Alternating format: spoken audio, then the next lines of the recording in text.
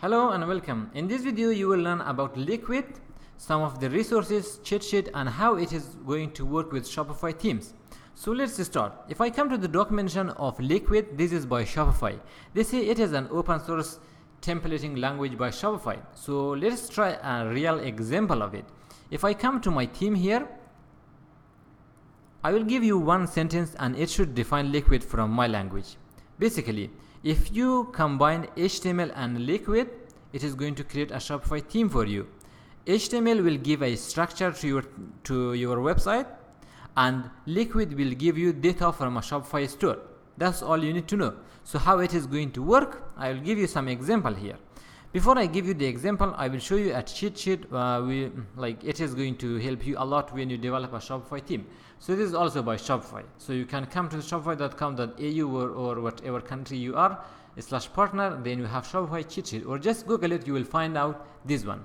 So this is everything you need to know. If I collapse all or expand it, yeah, you can see everything about Liquid. Also, they have a resource here at shopify.github.io. And this is the official documentation for the Liquid language, which everyone can use it, like Salesforce uses it, Zendesk uses it, and some other company use this one. So I'm going to come to the cheat sheet because you are a developer. It is a lot easy for you to understand. I will just collapse everything. I scroll down and you can use one of them. So one of the easiest one is the shop one. Shop is an object, and you want to, let's say you want to output like some information about your store above this one. For example, that is not what you might do in the real world. For example, the address of your store. So how you would do that one? You just copy this one and use it, or you can click on the learn more and it will send you to the Shopify help center, which is going to be the Shopify website, and they have a lot more example for you. So it will, if you have a specified an address for your shop, it will show. I think I didn't. So all I have to do is I can, let's say, use the currency. What is the currency of my Shopify store? So you can use this one, shop.currency. Let's see how it works.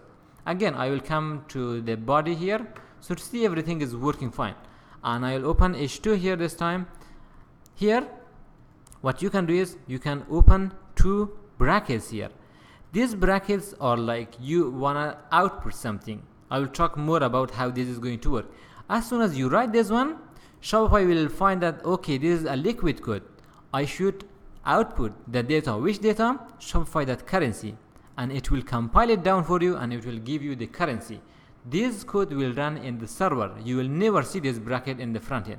So that's why it is called templating language. So if I come to my store here, in the front store, refresh my page, I should see the currency as AUD because I have created my store as AUD here. This is the currency name, and that's a lot easy. If you want to see the domain of your website, just say shop.domain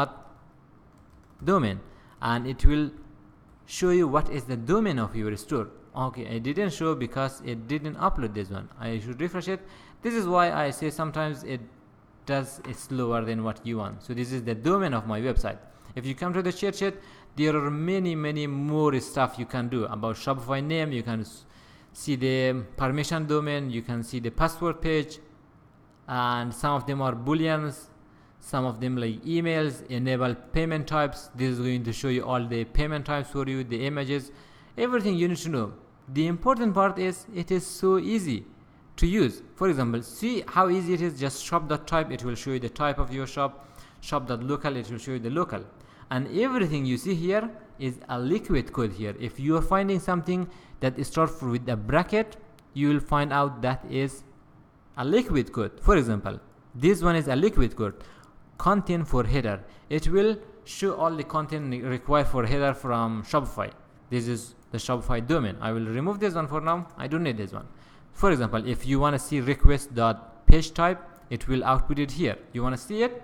I will come to my website here. Let's inspect element and see what this code is going to do exactly. We'll talk more about this one. For now, if I see the body here, you see template/index.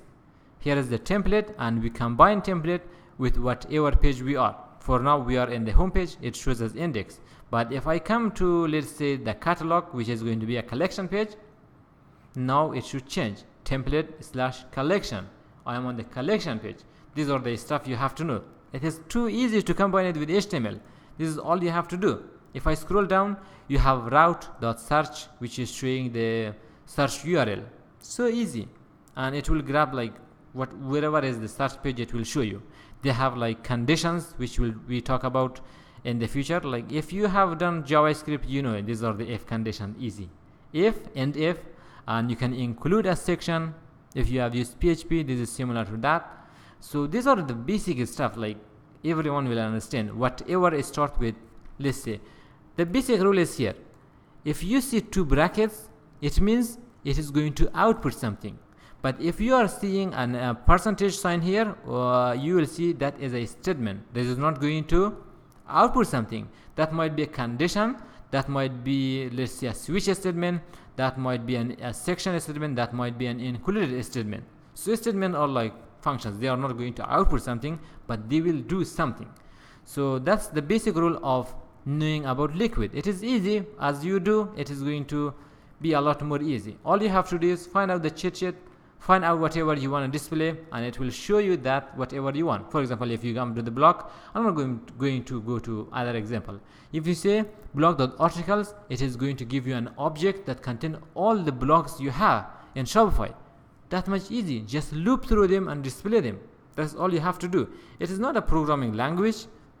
You might be, if you compare it with a programming language, this stuff is predefined, but you cannot define it by yourself. That is the hard part, I think. So I hope it has been informative, and this is all you have to know about Liquid, the resources, as well as how it is going to work. And we will find out more about this one in the future videos. But for now, that's it. Everything you see here is combination of Liquid and HTML. Also, our file extension are always Liquid. So that's it for this video. Thank you for watching, and I will see you in the next video.